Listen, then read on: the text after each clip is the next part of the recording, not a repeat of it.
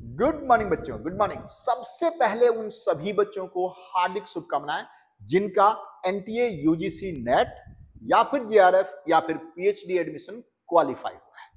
और उन बच्चों को जिनका रिजल्ट नहीं आया है उनको अपना दिल छोटा करने की जरूरत नहीं है, क्योंकि ये असफलता बताती है कि आपने सफलता के लिए प्रयास पूरे मन और पूरे लगन के साथ नहीं किया। मैं हूं professor Hareram Sinha from university of Delhi और आज के इस लेक्चर में मैं आप लोगों के साथ ये डिस्कस करने जा रहा हूं कि आप एनटीए यूजीसी नेट जेआरएफ या फिर पीएचडी एडमिशन के लिए तैयारी कैसे करें सो दैट कि आपका जेआरएफ पहली बार में ही क्वालिफाई हो जाए। तो बच्चों, बिना देर के हुए चलते हैं स्क्रीन पे, लेकिन उसके पहले आपसे एक रिक्वेस्ट है कि यदि आप इस चैनल पे नए हैं तो चैनल को सब्सक्राइब करके बेल आइकन दबाना ना भूलें। वीडियो को लाइक एंड शेयर भी जरूर करें। एक और इंफॉर्मेशन मुझे आपको देनी है बच्चों कि यदि आप NTA UGC net JRF PhD admission 2024 दिसंबर के लिए तैयारी कर रहे हैं तो आप मेरा बैच एक्सेलेंस बैच जरूर लीजिए। आप मेरा बैच एक्सेलेंस बैच आप जरूर लीजिए, क्योंकि ये पूरा का पूरा पैकेज है आपके जेआरएफ को क्वालिफाई करने के लिए। आप देख सकते हैं स्क्रीन पे ही, इसमें मैं आप लोगों को दे रहा हूं 250 घंटे से भी ज्यादा का video lecture strictly with new syllabus and new pattern. Strictly with new syllabus and new pattern, 250 घंटे से भी ज्यादा का वीडियो लेक्चर। इसके अलावा लाइव लेक्चर होगा जिसमें हम क्वेश्चन डिस्कस करेंगे। हाई क्वालिटी पीडीएफ नोट्स होगा। प्रैक्टिस के लिए MCQ, match the following and comprehension type question होंगे। इसके बाद मॉक टेस्ट होगा बच्चों एंड पर्सनल मेंटरशिप। तो ये पूरा का पूरा पैकेज है बच्चों। तो मुझे नहीं लगता कि आपको अब देर करना चाहिए। आज ही आप इको पाठशाला का ऐप डाउनलोड करिए और लग जाइए अपने सपनों को साकार करने में। और यदि किसी तरह का कोई इश्यू आ रहा है तो आप मुझे इस नंबर पे 9910569227 पे आप मुझे कॉल कर सकते हैं। चलो बच्चों, अब चलते हैं स्क्रीन पे और देखते हैं कि आप NTA UGC net JRF and PhD admission के लिए आप तैयारी कैसे करें सो दैट कि आपका पहली बार में ही ये एग्जाम क्वालिफाई हो जाए। सबसे पहले आपको समझना है कि ये जो एग्जाम है वो क्या है। तो बच्चों, मैं आपको बताता हूं कि ये ऑल इंडिया लेवल पे एक एंट्रेंस टाइप एग्जाम है। एंट्रेंस आप कह सकते हैं एंड एलिजिबिलिटी टाइप एग्जाम आप कह सकते हैं कि ये पीएचडी एडमिशन में एंट्रेंस है। आपके जेआरएफ के लिए एक तरह का एलिजिबिलिटी है और असिस्टेंट प्रोफेसर के लिए भी एक तरह का एलिजिबिलिटी है। तो ये ऑल इंडिया लेवल पे एक एग्जाम है जिसका रिजल्ट 3 कैटेगरी में आता है। तो मैं आपको बता दूं यहां पे जिसका रिजल्ट यहां पे 3 कैटेगरी में आता है। NTA UGC net JRF PhD का जो रिजल्ट है वो यहां पे 3 कैटेगरी में आता है बच्चों। पहला क्या है बच्चों, देखिए प्लीज। पहला जो रिजल्ट है उसे आप जेआरएफ कहते हैं बच्चों, जूनियर रिसर्च फेलोशिप। यदि आप इस कैटेगरी में क्वालिफाई हो रहे हैं, यदि आप इस कैटेगरी में क्वालिफाई हो रहे हैं तो आप स्वतः और ऑटोमेटिक आप नेट के लिए भी क्वालिफाइड है। नेट और आप असिस्टेंट प्रोफेसर के लिए भी क्वालिफाइड है। असिस्टेंट प्रोफेसर के लिए भी क्वालिफाइड है एंड पीएचडी एडमिशन के लिए भी आप स्वतः क्वालिफाइड हैं बच्चों। पीएचडी एडमिशन के लिए भी आप स्वतः क्वालिफाइड है ऑटोमेटिकली। यदि आप पहले कैटेगरी में जेआरएफ में क्वालिफाई हो रहे हैं तो जेआरएफ के लिए तो आप एलिजिबल हैं ही, आप नेट और असिस्टेंट प्रोफेसर के लिए भी आप एलिजिबल हैं और पीएचडी एडमिशन के लिए भी एलिजिबल है।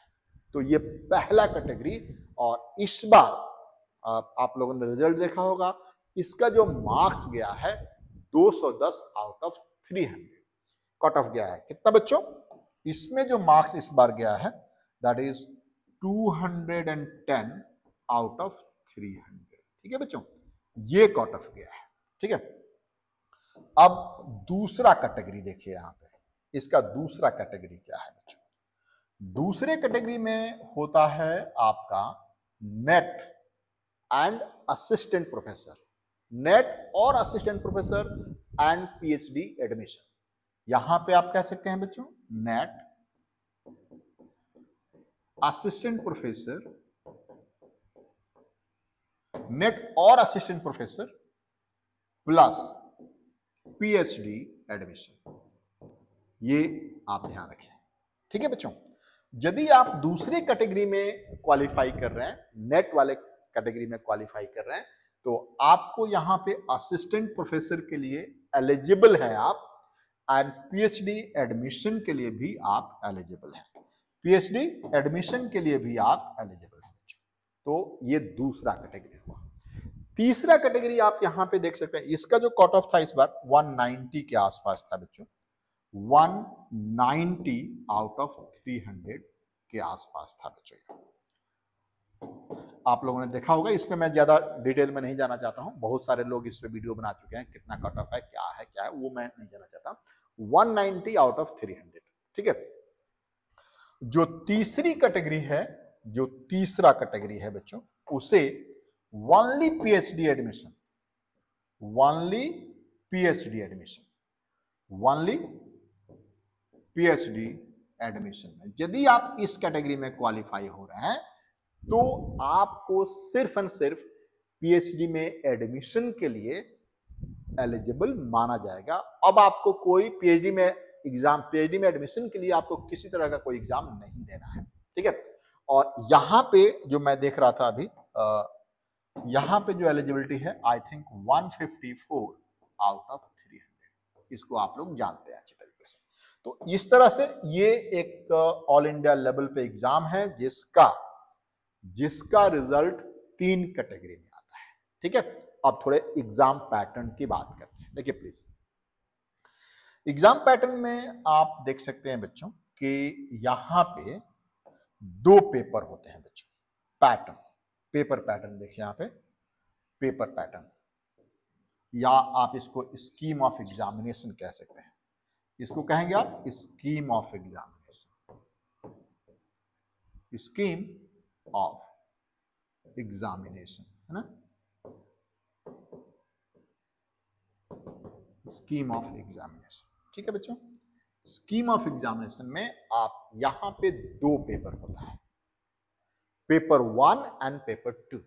देखिए उसको भी ध्यान से देखिए, यहां पे होता है पेपर 1 एंड पेपर 2, जिसमें ये देखिए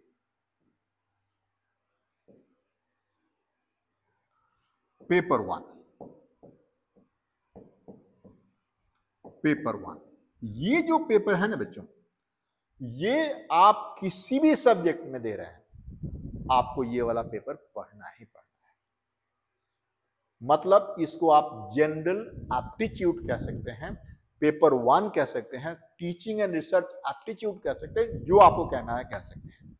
तो ये है पेपर 1, और इसमें जो क्वेश्चंस होते हैं बच्चों, ये देखिए प्लीज ध्यान से सुनिएगा, इसमें 50 एमसीक्यूज होते हैं, 50 एमसीक्यूज इनटू 2, यानी 100 मार्क्स का पेपर है ना बच्चों, 100 मार्क्स के पेपर, 50 एमसीक्यूज हैं बच्चों, ईच क्वेश्चन के 2 मार्क्स हैं, टोटल मार्क्स यहां पे 100 होता है। यहां पे किसी तरह का कोई नेगेटिव मार्किंग नहीं है, सो नो नेगेटिव मार्किंग, है ना बच्चों, ध्यान दीजिए please, no negative marking, no negative marking, यहां पे किसी तरह का कोई नेगेटिव मार्किंग नहीं है। इसको बताने का मेरा एक ही मकसद है कि आप पेपर के क्वेश्चन छोड़ के मत आइएगा। हो सकता है कि आपके लास्ट 10 क्वेश्चन छोड़ दिया आपने, या फिर 10 क्वेश्चन पूरे पेपर में छोड़ दिया, और उसमें यदि आपने किया होता तो हो सकता है 2-3 में आपके पास तुक्के लग जाए, तो आपका रिजल्ट आ जाता, या फिर नेट से जीआरएफ में आप चले जाते। तो एक भी क्वेश्चन आपको छोड़ना नहीं है, ठीक है बच्चों। यहां देखिए प्लीज, यहां देखिए, पेपर 2 क्या है बच्चों? ये है पेपर 2। इसको दूसरा कलर ले लेते हैं, है ना बच्चों? ये देखिए पेपर 2। पेपर 2 हम इकोनॉमिक्स की बात करते हैं, क्योंकि मैं इकोनॉमिक्स ही पढ़ाता हूं। तो पेपर 2 में जो है बच्चों आपके पास यहां पे 100 MCQs, 100 MCQs इंटू 2। ये भी हर क्वेश्चन 2 मार्क्स का है। यहां पर भी हर क्वेश्चन 2 मार्क्स का था बच्चों, यहां पर भी हर क्वेश्चन 2 मार्क्स का था।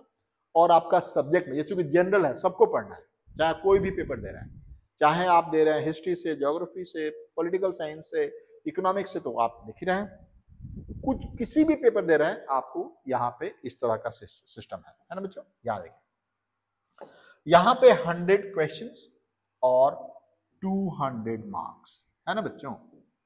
200 मार्क्स, और यहां पर भी किसी तरह का कोई नेगेटिव मार्किंग नहीं है। So no negative marking as of now, no negative marking. तो यहां पर भी आपको कोई क्वेश्चन छोड़ के नहीं आना है, नो नेगेटिव मार्किंग बच्चों, ये आप समझिए। अब मैं चल रहा हूं कि इकोनॉमिक्स की तैयारी आप कैसे करें उस पे, ठीक है?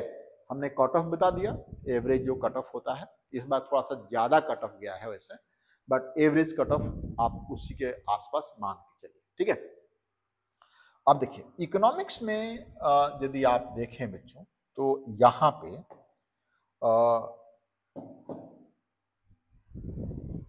पूरे सिलेबस को 10 यूनिट में डिवाइड किया गया है, पूरे सिलेबस को 10 यूनिट में डिवाइड किया गया है। देखिए कैसे, और उनका वेटेज भी आप देखिए किस तरीके से होता है। देखिए सो पूरे सिलेबस को यहां पे, पूरे सिलेबस को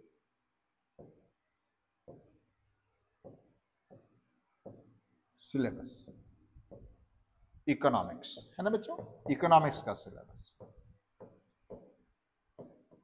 देखिए, सबसे ज्यादा जो वेटेज है, जो सबसे ज्यादा वेटेज है वो है इंडियन इकोनॉमी का। देखिए प्लीज, सबसे ज्यादा वेटेज, हालांकि जो पैटर्न है वो उसमें सबसे ज्यादा इंडियन इकोनॉमी से क्वेश्चन आते हैं, 18 से 22 क्वेश्चन तक, मतलब 100 में से 18 से 22 क्वेश्चन सिर्फ एंड सिर्फ इंडियन इकोनॉमी से आते हैं। हालांकि इस बार जो जून वाला पेपर हुआ था उसमें बहुत कम था, ठीक है? बट जनरल ट्रेंड यही देखा गया है बच्चों कि यहां पे सबसे ज्यादा जो वेटेज है वो है आपका इंडियन इकोनॉमी। क्या है बच्चों? ये इंडियन इकोनॉमी। इस पे मैं चाहूंगा बच्चों कि आप लोग अपना इंडियन इकोनॉमिक्स नहीं, इकोनॉमी, है ना?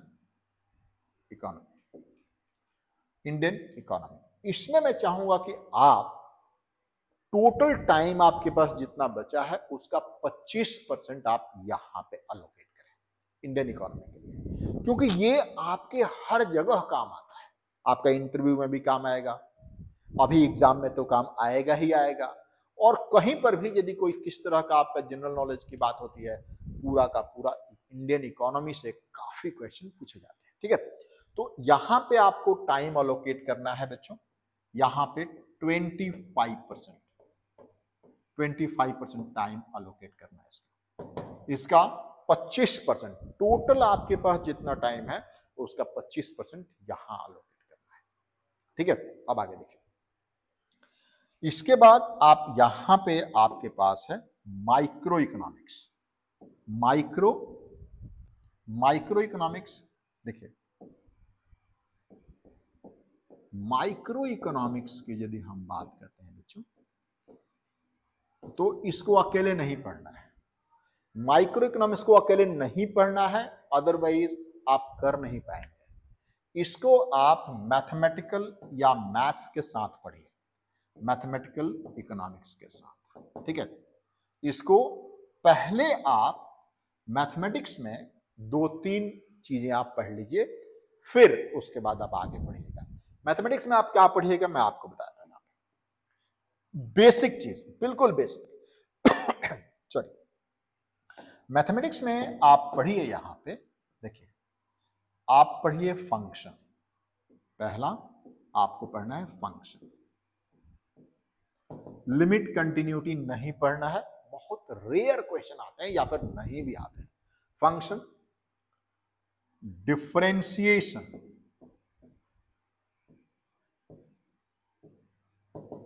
डिफरेंशिएशन, ठीक है, इंटीग्रेशन,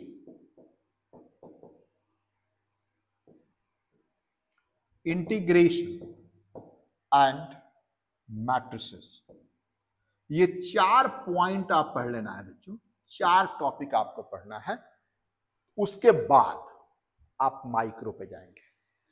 तो अब जाकर के आपको स्टैंडर्ड बुक में क्या लिखा है तब समझ में आ गया, खास करके उन बच्चों के लिए जिन्होंने स्टेट यूनिवर्सिटी से अपना मास्टर्स कंप्लीट किया हुआ है। ठीक है, तो ये चीज आपको पहले मैथ के साथ, मैथ मतलब माइक्रो और मैथ स्टार्ट करने के पहले function, differentiation, integration and matrices, ये बेसिक इसका पढ़ लेना है, फिर आप यहां पे जाएंगे। तो अब जाकर के जो मैथमेटिक्स टाइप क्वेश्चंस आता है ना, आप सॉल्व कर पाएंगे इजीली। बहुत इसमें मुझे लगता है कि 2 दिन आपके लिए काफी है, हाँ, लेकिन पढ़ना पड़ेगा, ऐसे नहीं होगा। ठीक है, आगे देखिए। माइक्रो के बाद आप यदि बात करते हैं बच्चे यहां पे, तो यहां पे मैक्रो देखिए please, macro and monetary economics, ये दोनों को एक साथ पढ़ना है। मैक्रो और मॉनेटरी इकोनॉमिक्स को एक साथ पढ़ना है। देखिए प्लीज, यहां पे macro economics and monetary economics plus monetary economics को एक साथ पढ़ना है। मॉनेटरी इकोनॉमिक्स को आप एक साथ पढ़ेंगे, macro economics plus monetary economics. क्यों? क्योंकि मैक्रो इकोनॉमिक्स का जो कंसेप्ट है ना, जो ISLM, मॉनेटरी पॉलिसी, ये मैक्रो का ही पार्ट है।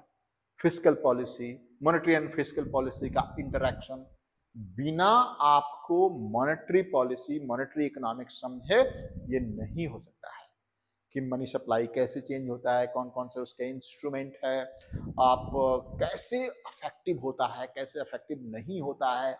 ये जब तक आप मॉनेटरी नहीं पढ़ेंगे, मैक्रो इकोनॉमिक्स का वो वाला portion, ISLM, open economy, close economy वाला पोर्शन आप डील नहीं कर पाएंगे। इसलिए मेरा सजेशन है कि पहले आप मॉनेटरी इकोनॉमिक्स पढ़ें, फिर मैक्रो इकोनॉमिक्स पे ध्यान दें। ठीक है, आगे बात करते हैं। आपके लिए कोई नई बात थोड़ी ना है, आपने पढ़ा तो है ही, पढ़ा तो है ही इसको, ऐसा थोड़ी है, नई बात नहीं है आपके लिए। आगे बढ़ते हैं। इसके बाद आप स्टैटिस्टिक्स एंड इकोनोमेट्रिक्स पढ़िए। स्टैटिस्टिक्स एंड इकोनोमेट्रिक्स में कुछ बहुत ज्यादा आपको नहीं करना है, उसका बेसिक चीज, इकोनोमेट्रिक्स का बेसिक चीज पढ़ना है। ठीक है, तो statistics and econometrics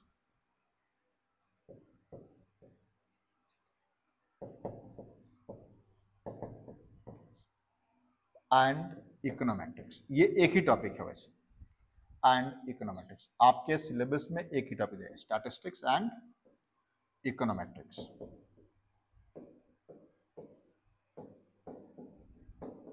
econometrics, statistics and econometrics. ठीक है बच्चों, इसके बाद international economics, public economics.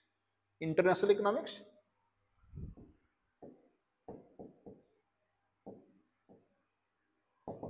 International economics, public economics, public economics and growth and development, ये चीजें आपको पढ़नी है।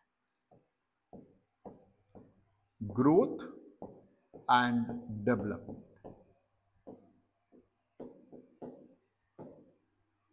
एक टॉपिक मैंने यहां पे छोड़ा है, एनवायरमेंटल इकोनॉमिक्स। इसलिए छोड़ा है कि उसके ऑलमोस्ट हर टॉपिक को हमने या तो पब्लिक इकोनॉमिक्स में कवर करा है, या फिर मैक्रो इकोनॉमिक्स में कवर करा है, या फिर माइक्रो इकोनॉमिक्स में कवर करा है। तो अलग से उस पर एफर्ट लगाने की जरूरत नहीं है। इन्हीं सारे टॉपिक्स को अच्छी तरीके से पढ़िए, जेआरएफ कंफर्म है। तो बच्चों, आज के इस क्लास में इतना ही। बच्चों, यदि ये वीडियो अच्छा लगा हो तो लाइक एंड शेयर जरूर करिएगा। थैंक यू बच्चों, थैंक यू।